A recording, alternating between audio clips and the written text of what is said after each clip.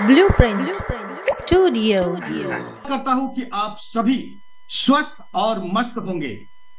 दोस्तों, विज्ञान शाप या वरदान, इस विषय पर शायद हमने स्कूल या कॉलेजों में निबंध लिखकर उस पर मार्क्स हासिल किए होंगे। शायद किसी चर्चा सत्र में इसके ऊपर भाषण देकर लोगों की वाहवाही और तालियां भी हमने पाई होगी। लेकिन असल जिंदगी में शायद इस विषय में हम फेल हो रहे हैं, ऐसा मेरा मानना है। दोस्तों, इसके साइड इफेक्ट से पूरी दुनिया परेशान है।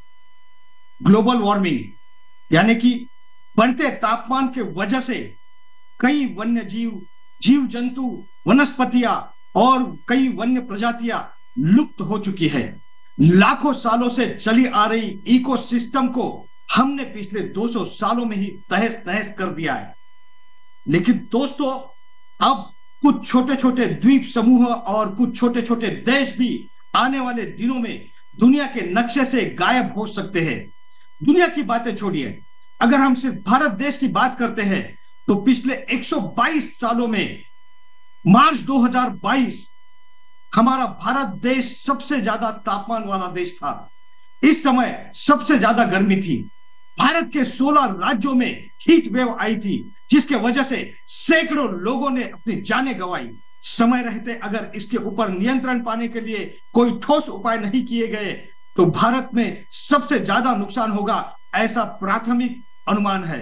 वैज्ञानिकों की यह भविष्यवाणी सच होते हुए दिख रही है, क्योंकि इसी सप्ताह महाराष्ट्र के कुछ जिलों में भारी तूफान के साथ में वर्षा हुई, जिससे रबी के हंगाम का पूरा नुकसान हो चुका है। दोस्तों, अब तो हमारे देश में 3 ऋतु बस सिर्फ कहने और सुनने के लिए बचे हैं, क्योंकि कब वर्षा होगी और कब गर्मी बढ़ेगी इसका कोई अंदाजा नहीं लगा सकता, जिससे बीमारियां फैलती है, बेरोजगारी बढ़ती है, भय, चिंता और निराशा का वातावरण छा जाता है। कहने के लिए तो हम कृषि प्रधान देश है, जी हाँ दोस्तों, लेकिन क्या हमारे देश का किसान खुश है? क्या उसकी मानसिक और आर्थिक स्थिति ठीक है? जी नहीं। लेकिन अब इस परिस्थिति को बदलने की जिम्मेदारी हमारी है। जी हाँ, हम पूरे एमसीएल की है। हम पर्यावरण संतुलित रखने में, हम किसानी के, हमारे खेती के पैटर्न बदलने में, हमारे किसानों की आर्थिक स्थिति मजबूत करने के लिए, बेरोजगारी मिटाने के लिए हम काम करेंगे। हम सर्वसमावेशक विकास करेंगे। दोस्तों, हम ऐसे प्रोडक्ट्स का निर्माण करेंगे जो पर्यावरण स्नेही हो। हम समाज के प्रत्येक घटक को मुख्य धारा में लाएंगे। अंदरूनी ताकत को बढ़ाकर देश की अर्थव्यवस्था को मजबूत करेंगे। हम भारत का नवनिर्माण करेंगे। तो चलिए जानते हैं इस प्रक्रिया को अधिक विस्तार से आज के इस वेबिनार से, जो है रेवोल्यूशन बिगिंस एपिसोड 30। लेकिन तो अब हम आगे बढ़ते हैं हमारे आज के सुविचार की ओर। और आज का हमारा सुविचार है, ढूंढोगे अगर तो ही रास्ते मिलेंगे, ढूंढोगे अगर तो ही रास्ते मिलेंगे, मंजिल की फितरत है, खुद चलकर नहीं आती। जी हाँ दोस्तों, कुछ लोग ये समझते हैं कि शायद ऊपर वाला मुझे सब कुछ बैठे बिठाए दे देगा, लेकिन हकीकत तो यह है कि आपको कुछ भी पाने के लिए 1000 बार कोशिशें करनी पड़ती है। हमारे आने वाले अगले स्पीकर जो आज जिस मुकाम पर पहुंचे हैं, जो कामयाबी की सीढ़ियां चढ़ चुके हैं, वहां तक पहुंचने की चाहत तो सभी रखते हैं, लेकिन उसके लिए जो भारी कीमत अदा करनी पड़ेगी उसकी मानसिकता शायद ही किसी में हो। तो दोस्तों, चलिए आगे बढ़ते हैं और आमंत्रित करते हैं जिन्होंने कोशिशें की 1000 बार, जिन्होंने कोशिशें की 1000 बार, जिन्होंने मानी नहीं कभी हार, जिनकी होती है सदा जय जयकार, हमारे एमसीएल के executive director miss Prachi Dhole.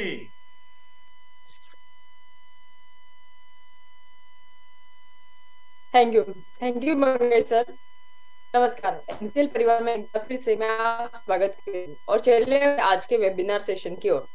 तो जैसे भारत में हमने एक चीज जो बहुत कॉमन है वो है कॉमन मैन। उसी की तरह से अगर हम देखते हैं कि हर गली, हर नुक्कड़ पे हमें एक फ्रूट जो कि बहुत ही कॉमन दिखेगा वो है बनाना। बनाना हमको भारत के हर गली में बिकते हुए दिखेगा, और क्यों ना दिखे, बिकॉज भारत देश पूरे दुनिया में number one producer of banana in the world है, उसी के साथ में हम number one consumer of banana in the world है। और उसी के साथ एक एक्स्ट्रा एडिशन जो है वो लगती है, वो ये है कि हम number one producer of banana waste in the world है। तो अभी हम ये समझते हैं कि बनाना वेस्ट एक्चुअली जनरेट कैसे होता है। So as you all know कि हम अगर बनाना के पेड़ को देखते हैं तो फ्रूट तो ठीक है, हमने उसको यूटिलाइज कर लिया, उसके बाद में आती है banana leaves. So as we all know, हमारे प्राचीन काल से हमारे संस्कृति में हमेशा जो खाना है वो सर्व किया जाता है बनाना लीव में। वो इस तरीके से, क्योंकि जब भी गर्म खाना या स्टीम अगर हम बनाना लीव्स में करते हैं तो उसके जो न्यूट्रिएंट्स है, उसके जो एंटीऑक्सीडेंट्स है वो आपके खाने में घुल मिल जाते हैं, जो आपके प्रकृति शरीर के लिए बहुत अच्छे होते हैं। इसीलिए हम प्राचीन काल से रादर देन प्लास्टिक और ये सब प्लेट्स यूटिलाइज करने के अलावा हम इको फ्रेंडली बनाना लीव्स इस्तेमाल करते हैं। अभी ये दो चीज हो जाने के बाद में जो बनाना का पेड़ होता है उसकी लगभग जो लाइफ होती है वो 6 से 10 महीने हो जाने के बाद में वो फार्मर को बनाना का जो स्टेम है वो कट करना पड़ता है और वही रूट पे फिर नया स्टेम आता है। लेकिन ये जो स्टेम है बनाना का, जो कि मेजर पोर्शन है वो ट्री का, उसको यूटिलाइज कैसे करना है, बिकॉज वो वेस्ट होता है और वो फार्मर्स को वैसे ही रहने देना पड़ता है। इतना ही नहीं, पर क्विंटल उनको लगभग 5 रुपया इसके ऊपर यूटिलाइज करना पड़ता है कि इसका इस्तेमाल कैसे हो। तो अभी ये सभी सिचुएशन में जो सोल्यूशन लाते हैं उनको हम सिर्फ एंटरप्रेनर नहीं बुलाते, उनको हम इको एंटरप्रेनर बुलाते हैं। दिस इज बिकॉज ये सॉल्यूशंस तो हमारे समाज में देते हैं, लेकिन उसी के साथ में वो जो सोल्यूशन रहता है वो इकोलॉजिकल रहता है, इको फ्रेंडली रहता है। आज की जो स्टोरी है वो ऐसे ही है, साउथ इंडिया के brother and sister Srinidhya and Jaya की। तो इन्होंने क्या किया, बीइंग अ साउथ इंडियन, उन्होंने वो देखा कि बनाना का हम इस्तेमाल तो करते हैं लेकिन उसके बाद में उसका जो बहुत सारा वेस्ट है वो फार्मर के पास एक बहुत बड़ी समस्या है। लेकिन पेशे से कोई भी एंटरप्रेन्योर नहीं होता है। वो जो थे वो फैशन डिजाइनर थे, उनका काम था बहुत अच्छे कपड़े जो है वो डिजाइन करना और उसको बनाना। लेकिन उसके बाद में उसका जब वो उन्होंने ये देखा कि क्लोथ इंडस्ट्री यानी फैशन इंडस्ट्री का अगर वेस्ट प्रोडक्शन पूरे दुनिया में देखते हैं तो वो नंबर 2 पे है पूरे दुनिया में in terms of waste production. और वो भी उन्होंने देखा कि ये जो कपड़े का वेस्ट भी रहता है वो है सिंथेटिक फाइबर्स जो कि बायोडिग्रेडेबल नहीं होते। तो हमें नेचुरल फाइबर्स तो पता है जैसे कि कॉटन, सिल्क, ये सभी चीजें, लेकिन इज इट पॉसिबल कि ये नेचुरल वेस्ट से हम नेचुरल फाइबर बना सके? उन्होंने इसी के ऊपर बहुत रिसर्च किया। रिसर्च के बाद में उन्होंने, इससे पहले तो हम बनाना वेस्ट से जो हैंडीक्राफ्ट्स है, रोप्स है, वो बना सकते थे, लेकिन यही अगर बनाना वेस्ट से अगर हमें नेचुरल फाइबर बनाना पड़े तो इसका पूरा प्रोसीजर उन्होंने रिसर्च किया और उन्होंने एक प्रोसीजर डेवलप किया जिसमें कम से कम मशीन्स और मैक्सिमम जो है वो फार्मर्स और लेबर्स इनका इस्तेमाल होता है, and then we can produce the natural fibres from banana.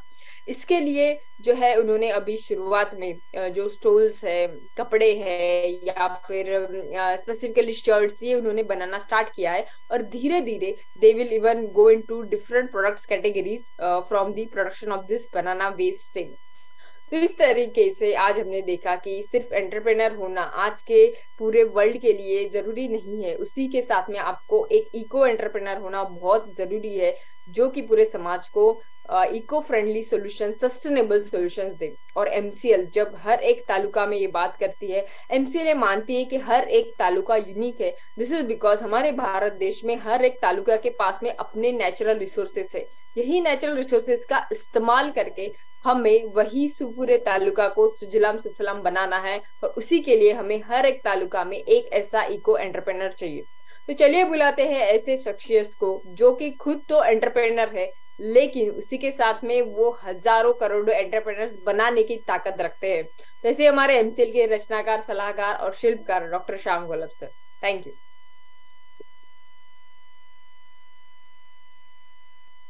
Thank you madam. दोस्तों नमस्कार, मैं डॉक्टर श्याम गोलब फिर से एक बार आपका इस ट्रेनिंग सेशन में स्वागत करता हूं। मैं आशा करता हूं कि आप सभी लोग स्वस्थ हैं और आप अपने साथ अपने परिवार का, यानी घर का परिवार और एमसीएल परिवार दोनों का ख्याल रख रहे हैं। मैं ये भी उम्मीद करता हूं कि आप सभी लोग 1 घंटा बहुत अच्छी एक्सरसाइज कर रहे हो, अपने हार्ट, अपने लंग को मजबूत कर रहे हो और अपनी इम्यूनिटी को बढ़ा रहे हो। तो चलिए शुरुआत करते हैं आज के इस सेशन के साथ। दोस्तों रिवॉल्यूशन या क्रांति, इसमें 3 प्रमुख चीजें होती है। पहले तो क्रांति में बहुत सारे लोग बहुत भारी संख्या में उसमें पार्टिसिपेट करते हैं। दूसरी बात कि ये सभी लोग मिलके तब की जो प्रचलित पद्धति होती है उसमें पूरी तरह से बदलाव करते हैं, चेंज करते हैं, परिवर्तन करते हैं। और तीसरी प्रमुख बात कि ये सब काम वो बहुत ही कम समय में करते हैं, और इसे ही कहा जाता है क्रांति या रिवॉल्यूशन। दोस्तों हमारे देश ने भी एक क्रांति देखी, और वो क्रांति थी 1857 की क्रांति, जिसे हम अपना पहला स्वतंत्र युद्ध भी कहते हैं। दोस्तों इस क्रांति में लाखों हमारे हिंदू मुसलमान सैनिक जो अंग्रेजों के यहां काम कर रहे थे, इन्होंने अंग्रेजों के खिलाफ धावा बोल दिया। और हम इस कंडीशन पे थे, इस लेवल पे जा चुके थे कि तभी हमें आजादी मिल सकती थी। लेकिन हमसे कुछ गलतियां हो गई जिसकी वजह से हम आजाद उस टाइम नहीं हो पाए। लेकिन अंग्रेजों ने देखा कि अगर सभी भारतीय एक हो जाए, सभी हिंदुस्तानी अगर एक हो जाए तो कोई भी काम उनके लिए असंभव नहीं है। और इसीलिए 1857 की इस क्रांति के बाद कि इन अंग्रेजों ने एक कूटनीति, पॉलिटिक्स का भाग समझ के हर वो जगह जहां जहां उनको मौका मिलता वहां उन्होंने हिंदू और मुस्लिम इन दोनों में दरी पैदा की, झगड़े पैदा किए। और उसी का परिणाम बाद में ऐसा हुआ कि जब हमें आजादी मिली, जब ये लोग देश छोड़ के गए, इस देश के 2 टुकड़े करके गए। दोस्तों लेकिन हमारे इस संगठन में भी हम बार बार इस शब्द का प्रयोग करते हैं, रेवोल्यूशन। बार बार हम कहते हैं कि हमें क्रांति करनी है जिसका नाम है MCL क्रांति। तो हम एक्चुअली ये क्रांति, परिवर्तन, ये बदल क्यों करना चाहते हैं? क्योंकि हम जो भी काम कर रहे हैं वो किसी बिजनेस के कैटेगरी में या किसी बिजनेस की तरह होता ही नहीं। इतने सारे प्रोजेक्ट्स एक साथ करना, इतने सारे लाखों लोगों को अपने साथ जोड़ना, सैटरडे सेशन के पीछे लगना, करा के लेना, ये सब किसी भी बिजनेस के साथ आप कंपैरिजन ही नहीं कर सकते। ना कोई बिजनेस ऐसा चलता। लेकिन ये सच है कि हमें एक्चुअली परिवर्तन की जरूरत है, हमें एक्चुअली एक क्रांति की, एक रेवोल्यूशन की जरूरत है। और उसका कारण है कि आज जिस घर में हम लोग रह रहे हैं, जो एकमेव दुनिया है करोड़ों लोगों, करोड़ों जीवों की, वो दुनिया आज बर्बादी के कगार पे है। जिस धरती माँ ने करोड़ों साल से हम सबका ख्याल रखा है, उस धरती माँ को हमने पिछले से कुछ दिनों में पूरी तरह से बर्बाद करके रखा है। और अगर इसमें हमने बहुत जल्दी बदलाव नहीं लाया तो दोस्तों बहुत देर हो जाएगी, हम इरिवर्सिबल मोड पे चले जाएंगे। इसलिए जरूरत है इस क्रांति। वैसे तो अगर आप देखोगे तो इस प्रकृति ने, धरती माँ ने हर तरह से कोशिश की है कि हम हमेशा सस्टेनेबल वे में, शाश्वत वे में, अखंड वे में इस धरती के ऊपर, इस दुनिया के ऊपर काम करते रहे, जिंदगी जीते रहे। और इसी का एक कारण है कि इस हमारे धरती के ऊपर आप देखोगे तो 71% पानी है और 29% जमीन है। यही भी अगर आप देखोगे तो पानी कैसा है, तो 97% जो पानी है वो खारा पानी है जो समुद्र में है, और 3% जो पानी है वो फ्रेश वाटर है। अभी 3% जो पानी है उसमें से भी 2% पानी हमारे बर्फ में है, बर्फ में जमा हुआ है। और सिर्फ 1% पानी है दुनिया का जो हमारे नदी, तालाब जो हमें वहां दिखाई देता है। तो वो भी एक इंपॉर्टेंट पॉइंट है कि क्यों हमने इस नदी, तालाब के जो पानी बह रहा है, ये नेचुरल, ये फ्रेश वाटर है, इसका कितना ख्याल रखना चाहिए। लेकिन दोस्तों ये एक व्यवस्था है हमारे इस दुनिया को हमेशा के लिए सस्टेनेबल, उसकी व्यवस्था बनाए रखने के लिए। क्या आपको पता है कि अभी जिस ग्लोबल वार्मिंग की वजह से आज पूरी दुनिया तबाही के कगार पे है या तबाही की ओर हम सब जा रहे हैं, उसका कारण है ये ग्लोबल वार्मिंग। उसका कारण है जीवाश्म ईंधन, जिससे जो धुआं बन रहा है, जो गैसेस बन रहे हैं, वो इस वातावरण में बैठ के गर्मी पैदा कर रहे हैं। और ये जो गर्मी जो पैदा हो रही है, तैयार हुई है हर दिन, और जिसको हर साल हम लोग बढ़ा रहे हैं, ये प्रकृति की व्यवस्था है जिसको मैक्सिमम सोखती है। ये 71% जो पानी है ना, वो 96% गर्मी सोखता है, ये पानी और बर्फ। 2-2.5% जो गर्मी है वो इस वातावरण में चली जाती है, और हमारे इस जमीन के ऊपर सिर्फ 2% गर्मी आती है। यानी जितनी भी तबाही अगर आज हम लोग देख रहे हैं वो सिर्फ 2% गर्मी की वजह से, बाकी की तो सब गर्मी सोखने का काम वो हमारी धरती माँ या हमारी प्रकृति कर रही है। लेकिन सोचिए इस 2% गर्मी की वजह से भी आज कितना भारी नुकसान हम देख रहे हैं, कितने भारी संकट में हम लोग हैं। तो सोचिए कि अगर ये व्यवस्था ही नहीं होती, अगर हमारे धरती माँ ने, इस कुदरत ने, प्रकृति ने इस व्यवस्था ही नहीं अगर की होती तो कितने पहले हम बर्बाद।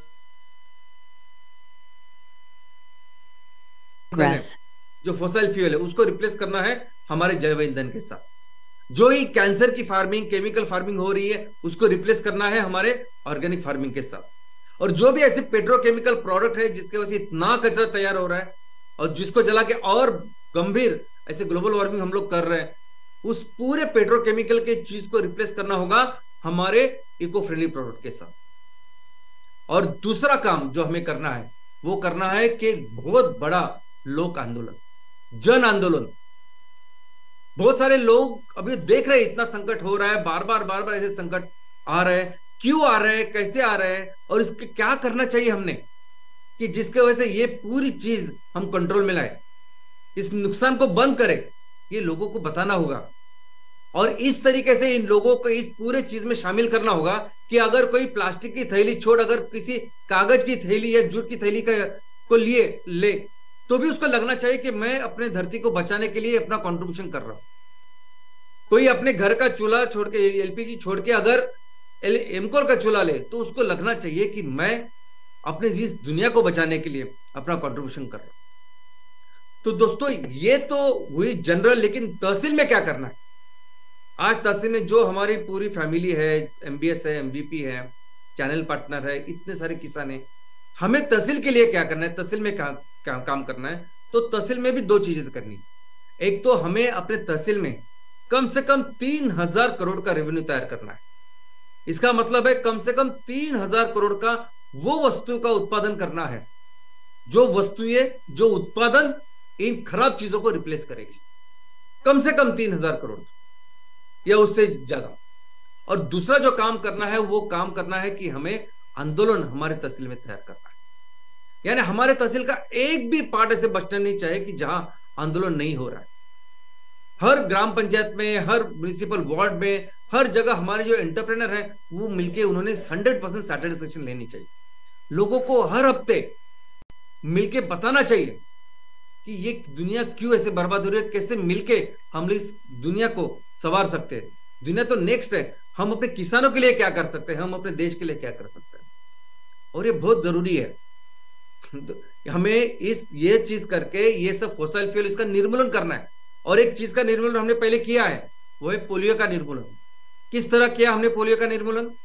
तो हमने सभी जो बच्चे जो 5 साल के भीतर है, सभी बच्चों को, एक भी बच्चा ऐसे बचा नहीं कि जिसको हमने पोलियो का डोज दिया नहीं।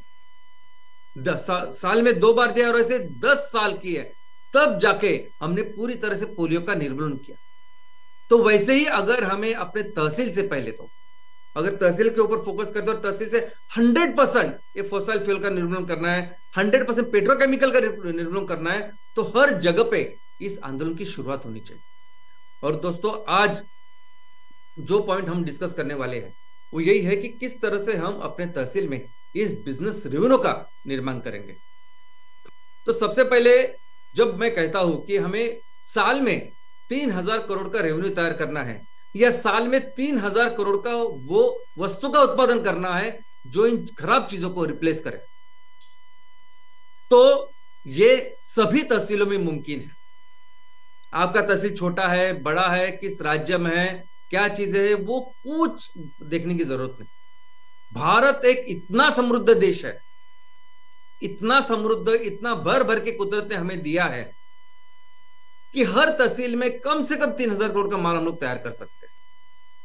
क्योंकि ये वही भारत है कि जो भारत पूरी दुनिया की, ये पूरा जो इतिहास है, मानव जाति का जो इतिहास है, संस्कृति का इतिहास है, अलग अलग देशों का जो इतिहास है, ये पूरे इतिहास में भारत हमेशा नंबर 1 की अर्थव्यवस्था था और बहुत आगे था।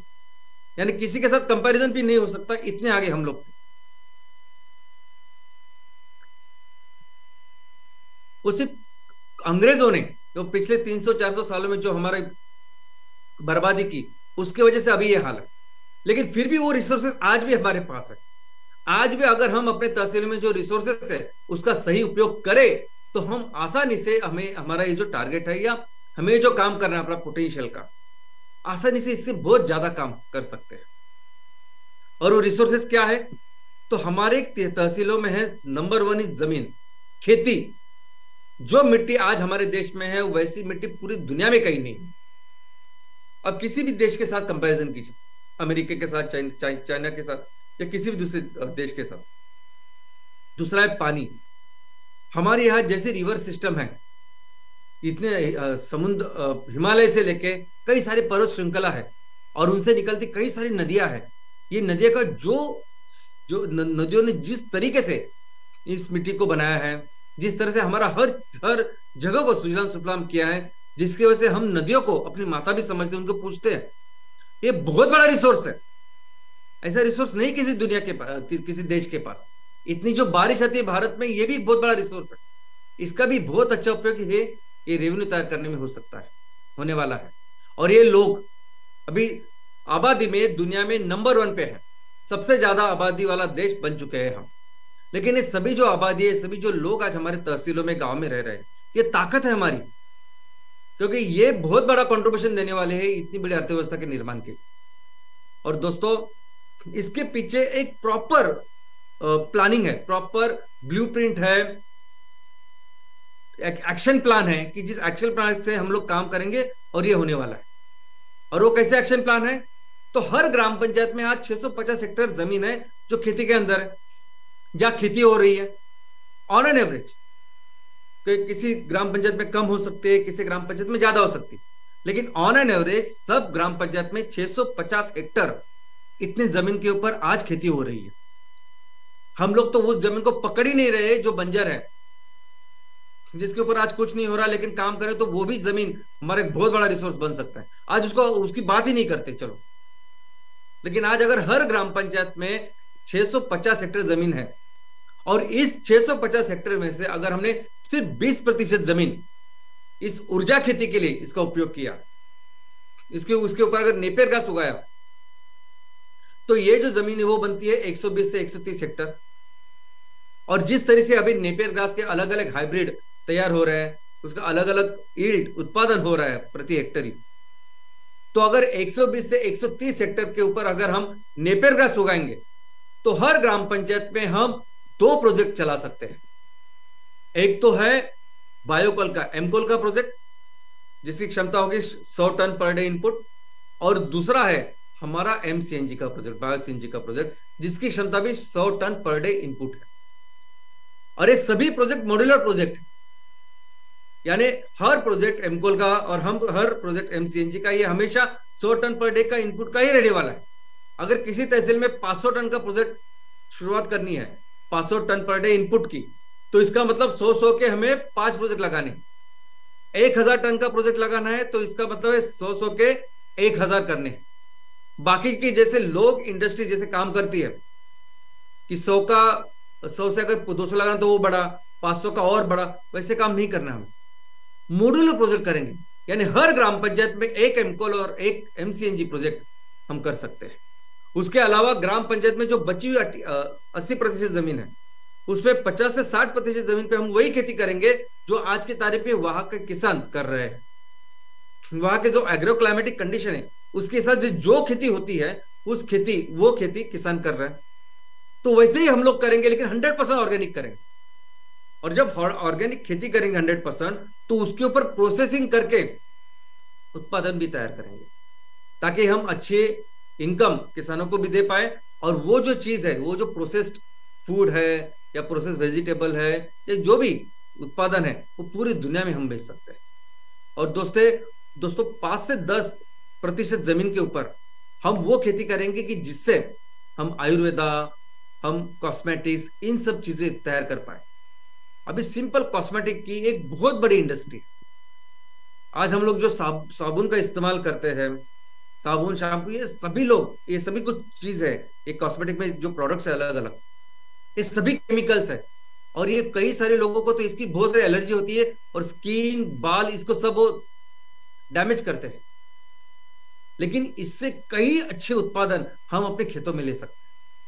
हमारे पास बहुत बड़ी धन संपदा है। आयुर्वेदा जो शास्त्र 1200 साल तक लिखा गया, बहुत बड़ा नॉलेज इसमें है। हम वो उत्पादन करके पूरी दुनिया को एक अच्छे उत्पादन दे सकते हैं। उसके लिए 5 से 10% जमीन है, और 20% जमीन जो हमारे खेतों में, जो हमारे एग्रीकल्चर में है, वो हम रखेंगे उन जीवों के लिए जो जीव हमारे साथ, हमारे गांव में, हमारे तहसील में रहते हैं। क्योंकि ये दुनिया जितनी अपनी है उतनी उनकी भी है, और करोड़ों साल से वो यहाँ रह रहे हैं, तो उनका ख्याल रखना भी हमारी जिम्मेदारी, और वो हम करेंगे। वो जैव विविधता के लिए, वो बायोडाइवर्सिटी के लिए हम 20% जमीन रखेंगे।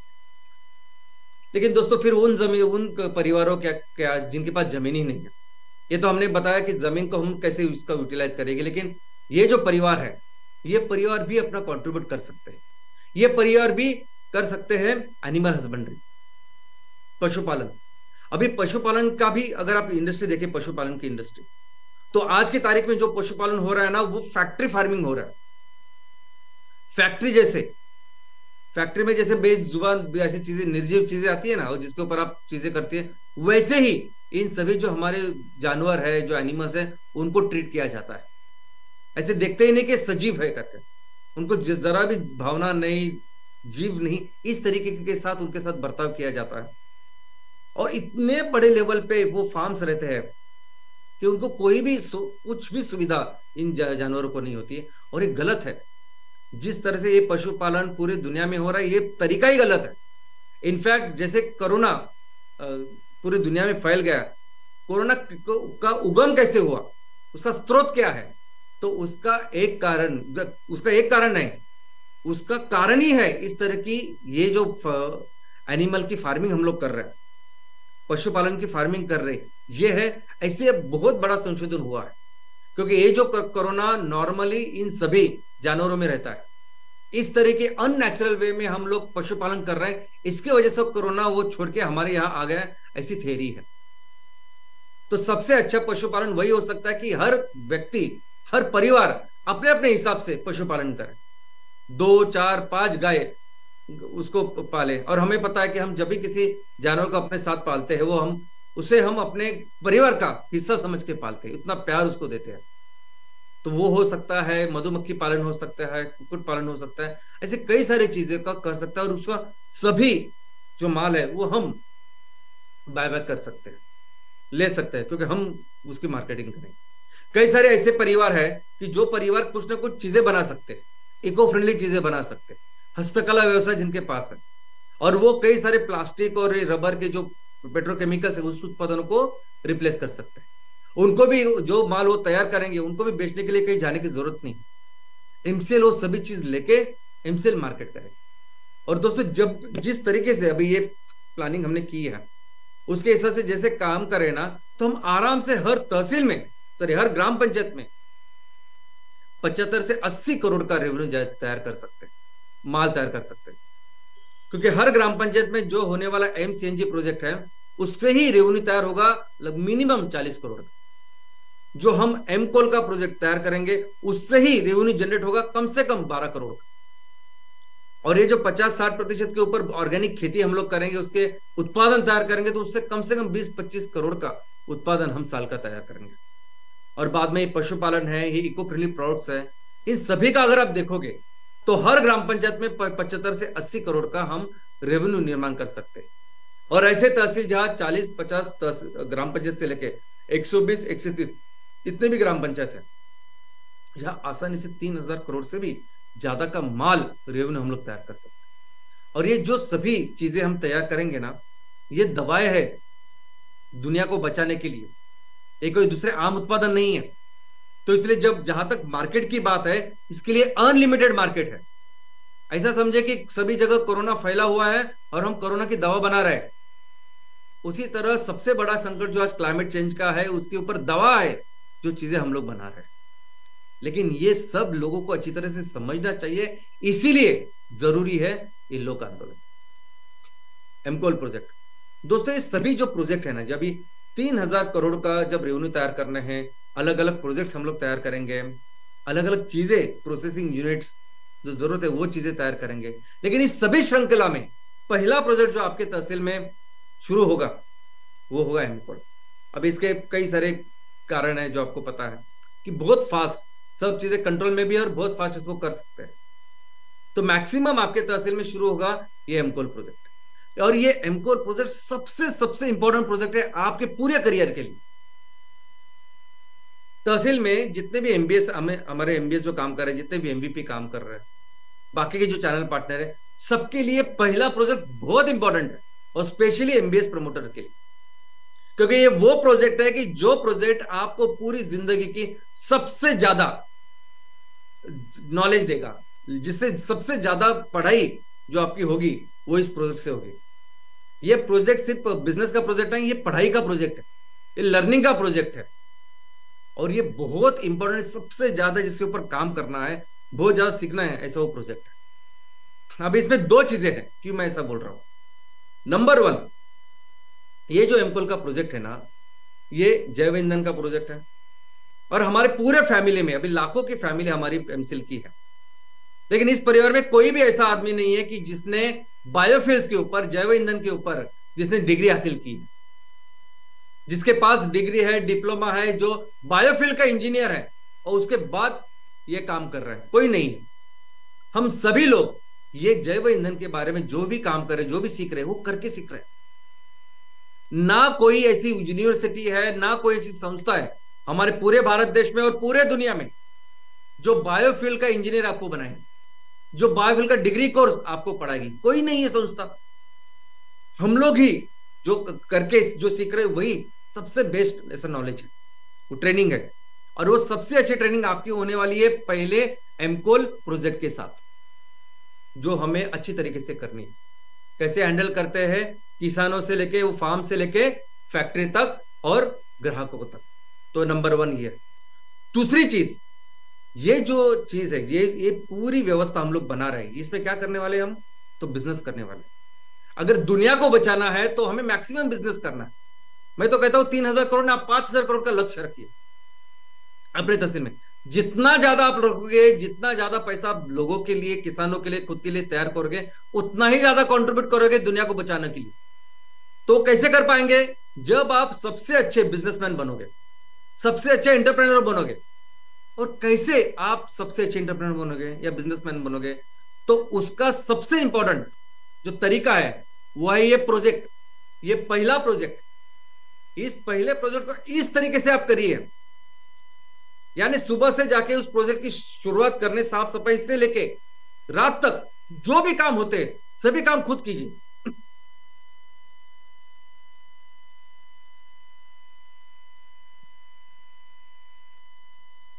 क्योंकि यही तरीका है सक्सेसफुल बिजनेसमैन बनने जैसा, बनने के लिए। हमारे देश में धीरूभाई अंबानी से लेके हल्दीराम तक, ये सभी लोग अगर आप देखोगे तो ये सभी लोगों के पास, किसी के पास टेक्निकल नॉलेज नहीं था। इनफैक्ट पूरी दुनिया की मैं बात करता हूं, पूरी दुनिया में जो सक्सेसफुल बिजनेसमैन बने हैं वो करके बने हैं। उन्होंने खुद इस तरीके से वो काम किया है और फिर वो बिजनेसमैन बने हैं। कोई भी बहुत ज्यादा डिग्री करके बिजनेसमैन नहीं बना है। मैं आपको बोलता, बहुत अच्छा एग्जांपल देना चाहता हूं मैं डीमार्ट का। आज डीमार्ट इस तरीके की रिटेल स्टोर चेन है कि जिनके आगे अभी रिलायंस स्मार्ट हो या बिग बाजार हो, सब पीछे है। इतना आगे निकल गया है डीमार्ट। लेकिन आपको पता है डीमार्ट की शुरुआत कैसे हुई?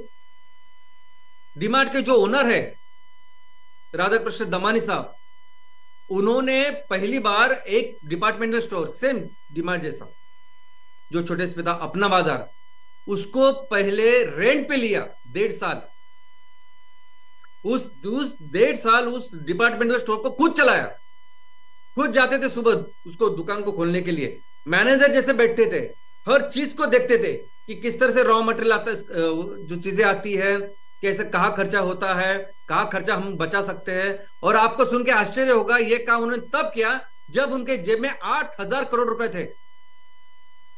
कौन करेगा आदमी ऐसा काम जिसके जेब में 8,000 करोड़ है?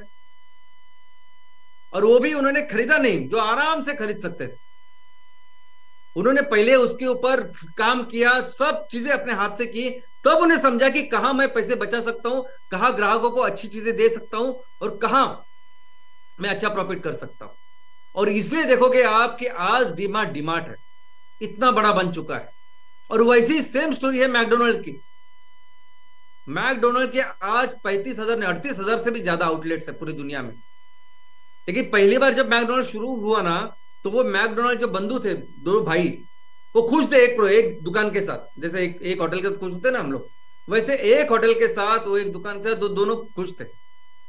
वो एक बिजनेसमैन थे, रे क्रॉक, जिन्होंने मैकडोनल्ड को वो बनाया जो आज मैकडोनल्ड है। 38,000 उसकी जो आउटलेट्स है, उन्होंने सिर्फ काम किया पहले इस प्रोजेक्ट के ऊपर। पहले देखा कि एक दुकान मैं किस तरह से चला सकता हूं, कौन सी कैसे क्वालिटी अच्छी रख सकता हूं, कैसे उस समय में उनको डिलीवरी दे सकता हूं। तो दोस्तों, ये सभी लोग जो महान बने, जो इतने बड़े बिजनेसमैन बने, वो बने अपने पहले प्रोजेक्ट के ऊपर। ये जो पहला प्रोजेक्ट है ना, ये पहला प्रोजेक्ट आपके लिए सबसे इंपॉर्टेंट प्रोजेक्ट है। बाद में एमसीएनजी के प्रोजेक्ट आएंगे, बाद में कई सारे प्रोजेक्ट आपको करने हैं, लेकिन ये प्रोजेक्ट आपको सही मायने में बेस्ट ट्रेनिंग देगा, आपको बेस्ट बिजनेसमैन बनाएगा, बेस्ट एमबीए बनाएगा। और अगर इकोनॉमिक्स की बात करें, तो ये जो व्यवस्था हम अपने तहसील में तैयार करने वाले हैं, उसकी अगर इकोनॉमिक्स देखोगे तो 100 टन पर डे इनपुट है रॉ मटेरियल का, 30 टन आउटपुट है। हर दिन 30 टन हम लोग माल या प्रोडक्ट तैयार करेंगे।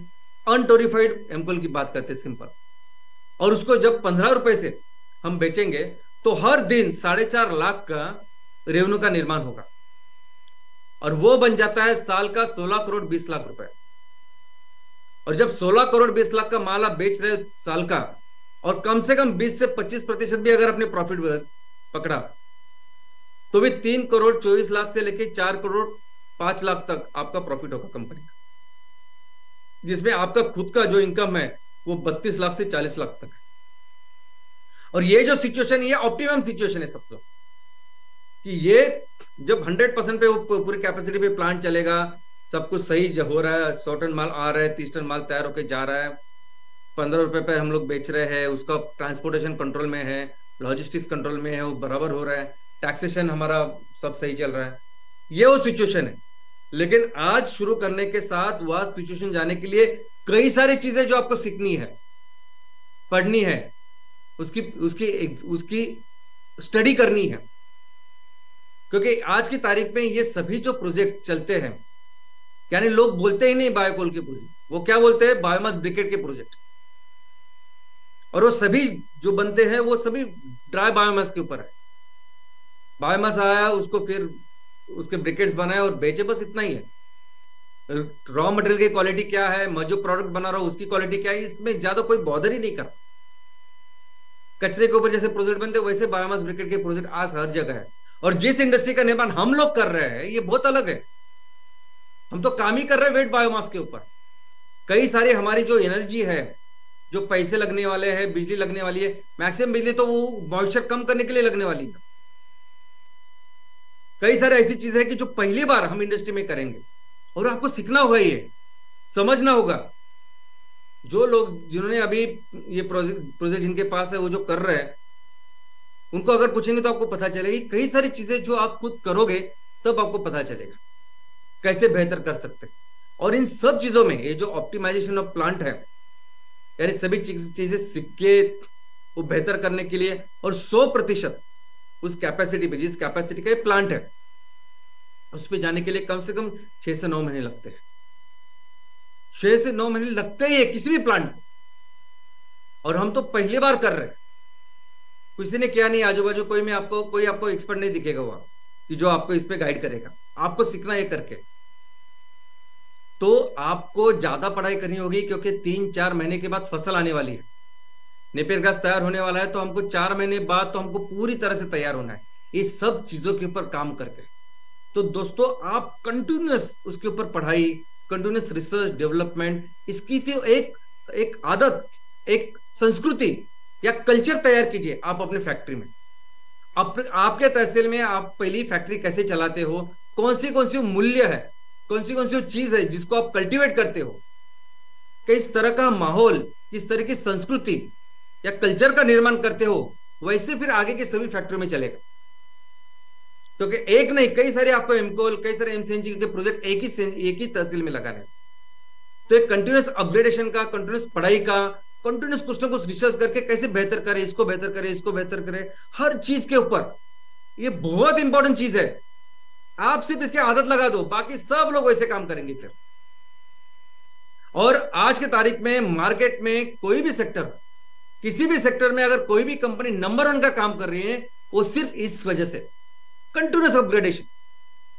आज ये अमेजॉन है, ये मर्सिडीज है, ये एप्पल है, ये हर कोई कुछ भी कंपनी लीजिए आप, वो हमेशा देखते हैं कि मैं कैसे बेहतर कर रहा हूं हर चीजों में, कैसे ग्राहकों को बेहतर सेवा या वस्तु दे रहा हूं। एक मैंने अच्छी बनाई और बस उसके ऊपर काम किया तो आपका नोकिया होता है, जैसा आपने देखा। तो दोस्तों ये बहुत इंपॉर्टेंट चीज है। और हमारा लक्ष्य क्या है कि हमारा लक्ष्य सिर्फ फैक्ट्री का निर्माण करना नहीं है। फैक्ट्री का निर्माण करना यानी फैक्ट्री की वो तो शुरुआत है। फैक्ट्री का निर्माण करने तक जो भी काम है वो बिजनेस है ही नहीं, जैसे समझिए आप। वो तो शुरुआत है। एक बार फैक्ट्री तैयार होगी तो शुरुआत है। और डे 1 से आपका सिर्फ एक ही लक्ष्य होना चाहिए कि मुझे बिजनेस साइकिल को एस्टेब्लिश करना है। यानी क्या करना है, तो उस फैक्ट्री में रॉ मटेरियल आ रहा है, हम उसको प्री प्रोसेसिंग करके जो कुछ है हम प्रोडक्ट तैयार कर रहे हैं, प्रोडक्ट उस स्पेसिफिकेशन का तैयार कर रहे हैं, उस क्वालिटी का तैयार कर रहे हैं जिसकी जरूरत ग्राहकों को है, उसको सही तरह से उसकी पैकेजिंग करके उस ग्राहकों को तक पहुंचा रहे हैं। ग्राहक उसका उपयोग करके उनकी जो जरूरत है उसको पूरा कर रहे हैं हम अपने प्रोडक्ट के साथ, और वो फिर संतुष्ट ग्राहक हमें पैसे दे रहा है। ये पूरी जो चीज है, इस साइकिल को एस्टेब्लिश करना, ये हमारा लक्ष्य है। ये वो चीज है जो हमें करनी है। और दोस्तों डे 1 एक बार आपने बिजनेस चालू किया तो प्रॉफिट ये आपका श्वास है, ये सांस है आपकी। यानी अगर आपके पास प्रॉफिट नहीं तो आप बिजनेस ही नहीं कर रहे। कंपलसरी है प्रॉफिट, भले ही कम करे ज्यादा करे वो अलग बात है, लेकिन प्रॉफिट नहीं करना इसका मतलब बिजनेस ही नहीं करना है। तो एक बार फैक्ट्री कंप्लीट हो गई, एक बार फैक्ट्री की शुरुआत हो गई तो प्रॉफिट कंपलसरी है दोस्तों। भले ही आप चालू करें 5% के साथ, 100 टन पर डे इनपुट का प्रोजेक्ट है ना, आप चालू करिए 5 टन के साथ, 5% से, 5% से। आज 5 टन माल लिया मैंने, उस 5 टन से मैंने 150 किलो 1,500 किलो या 1.5 टन मैंने प्रोडक्ट बनाया, उसको बेचा। भले इससे चालू करिए आप, लेकिन आपको डे 1 से इस कैपेसिटी के ऊपर काम करना, डे 1 से प्रॉफिट तैयार करना, ये सबसे इंपॉर्टेंट और ये मस्ट कंपलसरी है। और कैसे करें, अगर बहुत सारी, देखिए 6 प्रोजेक्ट अभी हमारे पूरे हैं, 12 वो भी उसका प्लांट एंड मशीनरी है तो वो 18 हो जाएंगे, और बाकी के जो बन के बाकी के प्रोजेक्ट लगभग आगे के 2-3 महीने में हो जाएंगे। तो 84 प्रोजेक्ट्स अभी हमारे पूरे हो जाएंगे एमकोल के। तो लेकिन इस सभी प्रोजेक्ट के ऊपर पहले दिन से हमें अगर प्रॉफिट जनरेट करना है, बिजनेस करना है, तो आपको बहुत इंपॉर्टेंट ऐसे डिटेल एक्शन प्लान तैयार करना होगा। और वो एक्शन प्लान सभी चीजों का ख्याल रखे। एक ही लक्ष्य के ऊपर वो एक्शन प्लान होना चाहिए कि मुझे डे 1 से अपनी फैक्ट्री चालू करनी। यानी वो एक्शन प्लान है, डीपीआर नहीं। डीपीआर तो ठीक है, डीपीआर होता है, सब लोग टेक्निकल डीपीआर करते, वो तो अलग बात है। एक टेक्निकल डीपीआर करना, इंस्टीट्यूट को देना, या उसके बेस पे लोन लोग कर्जा लेते हैं, वो सब चीजें। हमें हमारे तहसील में जो फैक्ट्री लगाई है उसमें से मुझे इनकम डे 1 से शुरू होना चाहिए, क्योंकि जब आपको इनकम शुरू होगा उसका मतलब है कि किसानों को इनकम शुरू होगा, उसका मतलब है एमवीपी को इनकम शुरू होगा, उसका मतलब है अपने जो चैनल पार्टनर उनका इनकम शुरू होना। और आपको हर जो चीज है ना उसके बारे में पढ़ाई करनी है और उसकी डिटेलिंग लिखनी है, उसका एक्शन प्लान बनाना है कि मेरी फैक्ट्री अभी 2 महीने के बाद लग रही है, तो इस 2 महीने में मुझे पूरी पढ़ाई करके आपको तैयार रहना है उस एक्शन प्लान के साथ। कि अगर रॉ मटेरियल, हमारे सभी फैक्ट्री के लिए जो रॉ मटेरियल वो किसान हमारे उगाने वाले हैं नेपियर घास के ऊपर, तो नेपियर घास की सब जानकारी आपको होनी चाहिए कि मैं अपने तहसील में कौन सा नेपियर घास लगाऊंगा, कौन सी उसकी वैरायटी होगी, किस तरह से उसकी हार्वेस्टिंग प्रैक्टिस होगी, कहां से मैं ये बीज लाऊंगा, कहां से वो प्लांटिंग मटेरियल होगा, कैसी नर्सरी तैयार होगी, कौन एमवीपी किस तरह से नर्सरी तैयार करेगा, किस तरह से हम किसानों को वो प्लांटिंग मटेरियल देंगे। तो सिस्टमेटिकली अगर देखोगे तो फैक्ट्री, बाद में नर्सरी तैयार करना है और बाद में किसानों के पास जाना है कि देखो नर्सरी के पास आपको जो चाहिए वो अच्छा मटेरियल है, या हमारी फैक्ट्री जो हम खरीदेंगे अभी आप लगाओ। लेकिन उसको वक्त लगने वाला है, आपको पता है। और मुझे पहले दिन से अगर फैक्ट्री शुरू करनी है तो कौन सा रॉ मटेरियल आज मुझे मिल सकता है, कौन सा रॉ मटेरियल जिसके साथ मैं आज उत्पादन कर सकता हूं, वो मेरे तहसील में है क्या, वो मेरे गांव के आजू बाजू है क्या, या थोड़ा दूर है, तहसील के आगे है, और वो वैसा है तो उस तहसील उस रॉ मटेरियल के क्या क्या कैरेक्टरिस्टिक है, क्या क्या चीजें जो नेपियर घास में होता है कि उसके मॉइस्चर कंटेंट इतना है, उसकी बाइंडिंग प्रॉपर्टीज है। तो वो जो रॉ मटेरियल आज की तारीख में डे 1 से अगर मुझे फैक्ट्री चालू करनी है, जो रॉ मटेरियल अवेलेबल हो जाएगा तो उसमें क्या क्या विशेषता है जिसको मैं उसको उपयोग कर सकूं, और अगर उसको लाना है मेरे फैक्ट्री में तो उसका कटिंग, लॉजिस्टिक, ट्रांसपोर्टेशन, उसका कितना खर्चा लगेगा, किस रेट से वो मुझे फैक्ट्री में पड़ेगा। ये चीजें आपको नेपियर घास के लिए भी तैयार करनी है, और अभी जो डे 1 से फैक्ट्री शुरू करनी है उसके लिए भी। नेपियर घास भी आज जहां जहां आप प्लांटेशन कर रहे हो, अपनी फैक्ट्री कहाँ है, वो प्लांटेशन करने वाला इलाका किधर है, कहां से मैं ट्रांसपोर्टेशन लाऊंगा, कैसे मेरे रोड्स हैं, कितना खर्चा होगा पर टन, ये सब लिखना पड़ेगा, आपको करना पड़ेगा। और आज तो डे 1 से फैक्ट्री चालू ही करनी है कंपलसरी, तो उस हिसाब से क्या करना वो भी आपको एक्शन प्लान तैयार करना पड़ेगा। फिर प्री प्रोसेसिंग है, अगर वेट बायोमास अवेलेबल है तो उसकी प्री प्रोसेसिंग कैसे करें, कैसे उसका मॉइस्चर कम करें, उसके ऊपर काम करना होगा। इस मैन्युफैक्चरिंग प्रोसेस, आज हम ब्रिकेट्स मैन्युफैक्चरिंग करेंगे, पिलेट्स मैन्युफैक्चर करेंगे, जो जो मशीनरी यंत्र आपके यहाँ आएंगे, जब आएंगे तब उनके ऊपर आपको काम करना है, उनकी पढ़ाई करनी है, और कैसे प्लांट की एफिशिएंसी बढ़ाए, कैसे बिजली की लागत उसकी कम हो, पानी की लागत कम हो, एफिशिएंटली वो प्लांट चले, इसके ऊपर काम करना होगा। ऑपरेशन मेंटेनेंस, यानी एक ये तो ऐसी चीज है कि अगर आप मर्सिडीज की भी फैक्ट्री हो या जूतों की भी फैक्ट्री है, वहां एक सभी लोग इसके ऊपर काम कर रहे हैं कि कैसे ऑपरेशन मेंटेनेंस में हम 2 पैसे कमाए, बचाए। क्योंकि अगर आपने कहीं 10 पैसे बचाए, 50 पैसे बचाए, तो वो पूरे जो साइकिल है, बिजनेस साइकिल में, वो बहुत ज्यादा पैसा बचता है, और ये जो बचने वाला पैसा है सब आपका प्रॉफिट है। तो ये भी आपको देखना होगा कि किस तरह से मैं पैसे मेरे फैक्ट्री में थोड़े थोड़े 1 रुपया 2 रुपया भी बचता है तो भी वो बहुत बड़ा सेविंग है। प्रोडक्ट, जो प्रोडक्ट मैं अपने फैक्ट्री में बना रहा हूँ, वो प्रोडक्ट टोरीफाइड, नॉन टोरीफाइड, उसकी क्या विशेषताएं हैं, क्या कैलोरीफिक वैल्यू है, कहाँ का ये इस्तेमाल होते हैं, इस सब की पढ़ाई आपको करनी है। सर्टिफिकेशन, हर जो बैच हम लोग तैयार करेंगे हर दिन उसका सर्टिफिकेशन करके हमको किसानों को ग्राहकों को देना है, उपभोक्ताओं को देना है। तो अगर हम नेपियर घास से नहीं उगा रहे, दूसरी से अगर हम लोग तैयार कर रहे हैं, तो सर्टिफिकेशन में हम लोग लिखेंगे उसमें कि रॉ मटेरियल अभी हमने ये इस्तेमाल किया है, और ये उसकी क्वालिटी है, ये प्रोडक्ट है, और ये उसका सर्टिफिकेट है। और सबसे इंपॉर्टेंट ये है मार्केट। देखो क्या है कि हमें तहसील में कई सारे एमकोल के प्रोडक्ट्स करने हैं, और हमें दुनिया के लिए काम कर रही है, बात तो बराबर है, लेकिन शुरुआत करनी है हमें अपने तहसील के साथ। हमें पहले तो अपने तहसील को कार्बन न्यूट्रल करना है, जहां जहां जीवाश्म ईंधन का उपयोग हो रहा है उसे रिप्लेस करना है इस एमकोल के साथ, हमारे जैव ईंधन के साथ। तो हमारी तहसील की पूरी पढ़ाई आपकी होनी चाहिए, कितने होटल है, कितने घर है, कौन क्या क्या इस्तेमाल करता है, कितनी इंडस्ट्रीज है, किसकी क्या जरूरत है, इसकी पूरी डिटेल पढ़ाई आपके पास होनी चाहिए।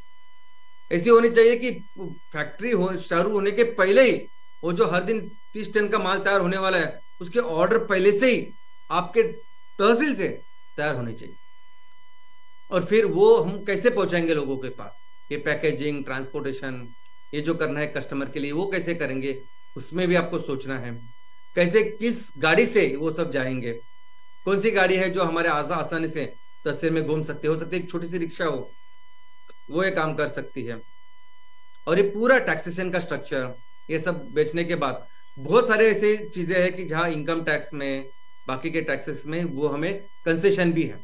तो कौन से गवर्नमेंट के नॉर्म्स हैं, पॉलिसीज है, उसके हिसाब से हम ये टैक्सेशन स्ट्रक्चर बैठा सकते हैं, इसके ऊपर भी काम करना हो। डिटेल पढ़ाई कीजिए, डिटेल, ताकि आप जो है आपका रिजल्ट बहुत अच्छा है।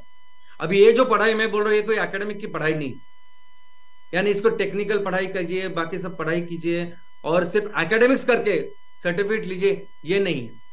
इसका रिजल्ट एक ही है जिसके ऊपर आपको काम करना है, और वो रिजल्ट है प्रॉफिट। इस तरीके से काम करिए ना कि मैक्सिमम प्रॉफिट, ये जो हमने लिखा ना एक फैक्ट्री के साथ, मैक्सिमम प्रॉफिट आपको मिलना चाहिए। इस तरीके से काम करिए आप कि मानो अभी जैसे आपकी फैक्ट्री शुरू होती है वैसे पूरी आपकी रोजी रोटी उसके ऊपर डिपेंडेंट है। आपको कोई दूसरे इनकम का कोई स्रोत ही नहीं है। मेरी आज से इस महीने से अगर फैक्ट्री शुरू हुई है ना, तो इस महीने में मेरे इनकम भी शुरू होनी चाहिए। इस तरीके से काम करिए। भले ही आप तो ऐसा बोलिए कि अगर आप 3, 3.5, 4 लाख रुपए महीना कमा सकते हो तो सोचे कि मुझे पहले महीने में 50,000 इनकम बने मेरा, दूसरे महीने से मैं 1 लाख इनकम बनाओगे, तीसरे महीने से 1 लाख इनकम बनाओ। लेकिन अगर आप जब 1 लाख खुद के लिए बनाओगे तब 100 लाख रुपए किसानों को आप कमा के दोगे। जब 1 लाख खुद कमाओगे तब CSR करके अपने गांव के लिए भी 1 लाख 1.5 लाख रुपए तैयार करोगे। और ये कंपलसरी है कि मैं अगर डे 1 से जैसे भी फैक्ट्री पूरी होती है ना, तो मेरी पूरी रोजी रोटी, मेरा पेट अभी इसके ऊपर है। उस तरीके से आपको काम करना है। और इसी के साथ यानी एक एमकोल की फैक्ट्री के साथ 25 से 30 लाख का ये CSR हमारे तहसील को उपलब्ध हो। सोचिए कितने प्रोजेक्ट करने हैं हमें। और मैं जब बोलता हूं कि सुजलाम सुफलाम जो राज्य बनाना है वो कितना मुमकिन है। एक तो कोई ऐसी कंपनी नहीं जो MCL जैसी जो इतना सारा प्रॉफिट, पूरा प्रॉफिट हमारे गांव के लिए, उसी तहसील के लिए थी। और ऊपर से इतने रिसोर्सेस है जो हमारे पास कि हम फिर से वहां जो हम थे वो कर सकते हैं। और आपका भी इनकम देखिए ना, ये 3, 3.5, 4 लाख एक प्रोजेक्ट का इनकम है, एक एमकोल के प्रोजेक्ट का। ऐसे हर ग्राम पंचायत में प्रोजेक्ट करने हैं, MCNG के प्रोजेक्ट, उसकी तो इनकम इससे ज्यादा होगी। और आप सभी लोग जो पहला प्रोजेक्ट होगा ना एमकोल का, ऐसा समझे कि हम अभी पहली कक्षा में सबका भी प्रवेश हो रहा है। पहली कक्षा में हम सभी जा रहे हैं स्कूल में। एकदम पढ़ाई कीजिए, काम कीजिए, मेहनत कीजिए पूरी, और ज्यादा से ज्यादा मार्क्स यानी ज्यादा से ज्यादा प्रॉफिट लेने की आप कोशिश कीजिए। और हम देखेंगे कि कौन सी फैक्ट्री में कौन सा आदमी या कौन सा वो उद्योजक जो सबसे ज्यादा मार्क्स या सबसे ज्यादा प्रॉफिट जनरेट करता है। और दोस्तों, आज की तारीख में, आज की परिस्थिति में हमारे किसान बहुत बड़े संकट से जा रहे हैं। ये जो हमने जिससे शुरुआत की कि आज बेवक्त बारिश की वजह से लाखों हेक्टेयर का नुकसान हो रहा है, और इस लाखों हेक्टेयर के साथ लाखों हमारे किसानों का परिवार है जो आज भयंकर संकट से गुजर रहा है। और हमारा ये जो संगठन है, हमारी ये जो कंपनी है MCL है, इसका केंद्र बिंदु ही है किसान। हमारे सभी जो बिजनेस मॉडल है, सभी तरह के बिजनेस करने के तरीके हैं, हम सबसे ज्यादा इंपॉर्टेंस हमारे किसानों को देते हैं। हम देखते हैं कैसे किसानों को ज्यादा से ज्यादा इनकम मिले। यानी हम किसानों को इतना अच्छा इनकम दिलाना चाहते हैं कि आने वाले दिनों में सभी बच्चों को ये समझ में आए कि अगर अच्छा आपको ऑक्यूपेशन चाहिए, अच्छा पैसा कमाना है अगर जिंदगी में, तो आपको करनी होगी खेती। इस तरीके के हम विचार, इस सोच के साथ हम लोग किसानों के साथ अगर काम कर रहे हैं, तो हमें इस संकट में भी किसानों के लिए खड़ा होना पड़ेगा, उनके लिए काम करना पड़ेगा। तो आप जाइए, आपके तहसील में आजू बाजू जहां भी किसान इन संकट को फेस कर रहा है, किसान के ऊपर अगर संकट है, तो सर्वे कीजिए, जाके देखिए कि किसान को कैसे नुकसान होता है, क्या प्रॉब्लम्स है, क्या परेशानी है जिससे ये किसान गुजरते हैं। और जब ऐसा सब नुकसान किसान का हो सकता है तो हम उसकी कैसी मदद कर सकते हैं। ये सभी जो क्रॉप्स है, ये सभी जो डैमेज हुए जो फसल है, क्या इस फसल को हम रॉ मटेरियल करके इस्तेमाल कर सकते हैं, क्योंकि अल्टीमेटली ये भी बायोमास है। तो ये सभी जो फसल है, इसको कैसे हम लोग रॉ मटेरियल करके इस्तेमाल करें, इसका कैसे मॉइस्चर कंटेंट जो भी हो कैसे उसको कम करें, क्या आज है। और इस सब चीजों में आपको वहां के जो तालुका कृषि अधिकारी वो मदद करेंगे, उनको पता है सब कुछ चीज।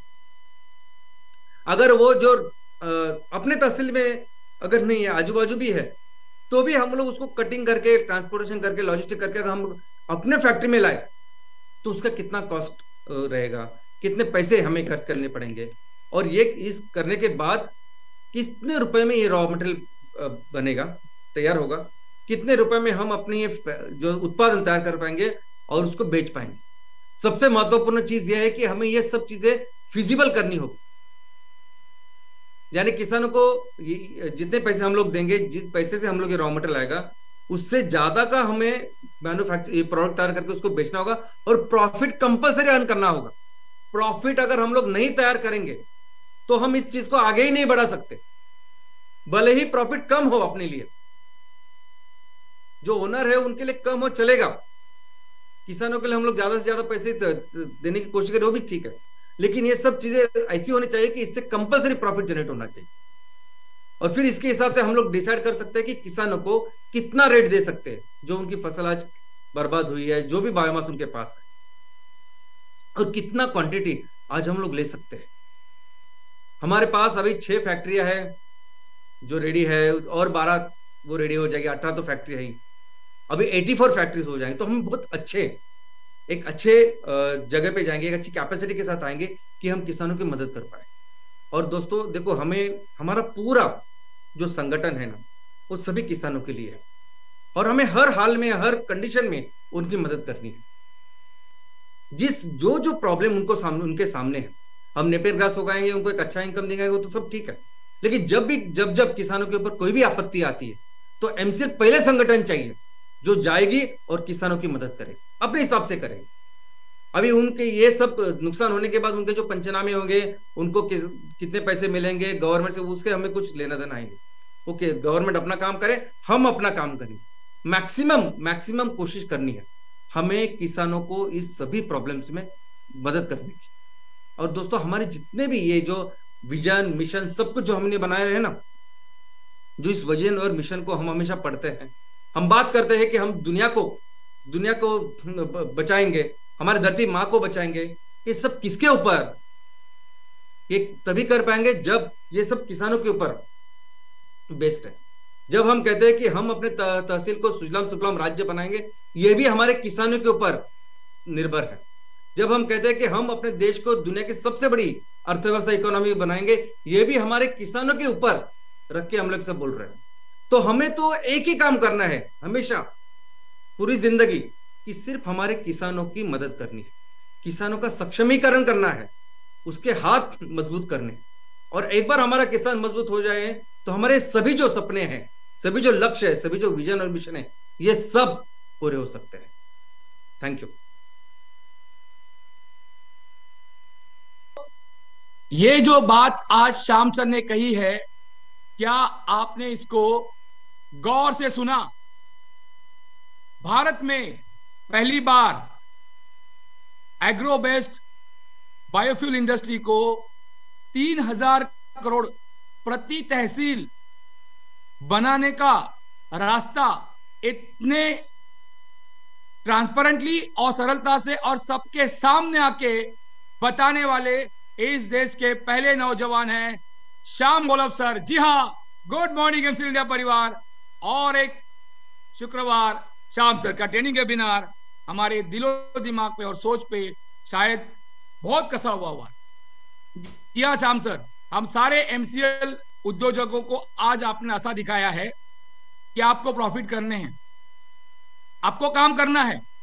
आपने जो दाखले दिए हैं, जो एग्जाम्पल दिए हैं कि हमें काम करने से ही आगे बढ़ सकते हैं, हमें करना पड़ेगा ये, और सिर्फ करना पड़ेगा नहीं, वो एमसीएल के प्रोटोकॉल गाइडलाइन के हिसाब से करना पड़ेगा। ये बात आज आपने बहुत जवाबदारी से कही है और हमने शायद सबने जवाबदारी से सुन लिया है। जी हाँ, हम डेडिकेटेड हैं, हम हमारे फार्मर्स को एम्पावर करेंगे। और जी हाँ, हम डेडिकेटेड है, हमारी 3000 करोड़ की जो इकोनॉमी है उसको हम हर तरह से बना के रहेंगे। Thank you very much Shyam sir, end of course thank you very much Prachi madam, one more time. Thank you very much all channel partners, BDAs, senior BDAs, prime BDAs, MBAs and MPOs, and all the one who believe in the vision of MCL.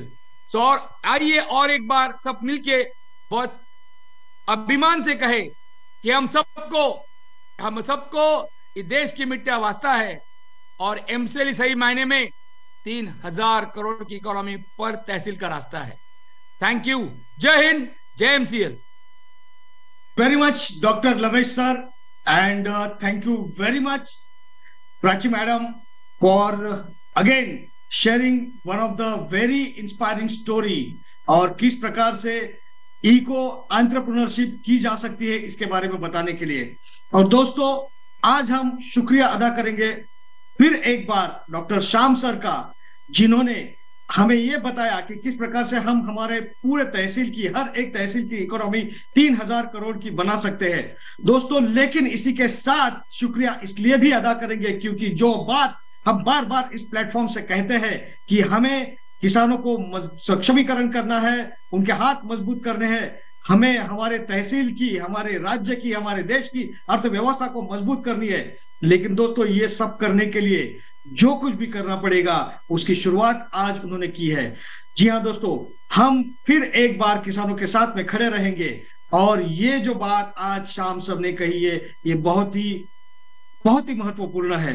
तो ये सही मायने में रास्ता है हमारे किसानों की मदद करने का। आज जब उन्हें जरूरत है, आज जब वो मुसीबत में, तब उनके साथ में खड़े होने का। तो दोस्तों चलते हैं, उनके साथ में खड़े होते हैं, उनकी मदद करते हैं और कंधे से कंधा मिलाकर काम करके, जैसे हमें डॉक्टर श्याम सर ने यहाँ पर गाइड किया है, हमारे किसानों की मदद करके फिर एक बार उन्हें बताते हैं कि आप ही इस अर्थव्यवस्था की रीढ़ की हड्डी हो, आपकी वजह से ही फिर एक बार हमारा देश सुजलाम सुफलाम बनेगा। Thank you very much doctor Shyam sir. And दोस्तों आप सभी लोगों को दिल से ये रिक्वेस्ट है कि आप लोगों के चैट बॉक्स में जो लिंक शेयर की गई है उस लिंक के ऊपर जाइए और आपका फीडबैक हमारे साथ शेयर कीजिए। याद रखिए दोस्तों, आपके फीडबैक हमारे लिए बहुत बहुत महत्वपूर्ण है।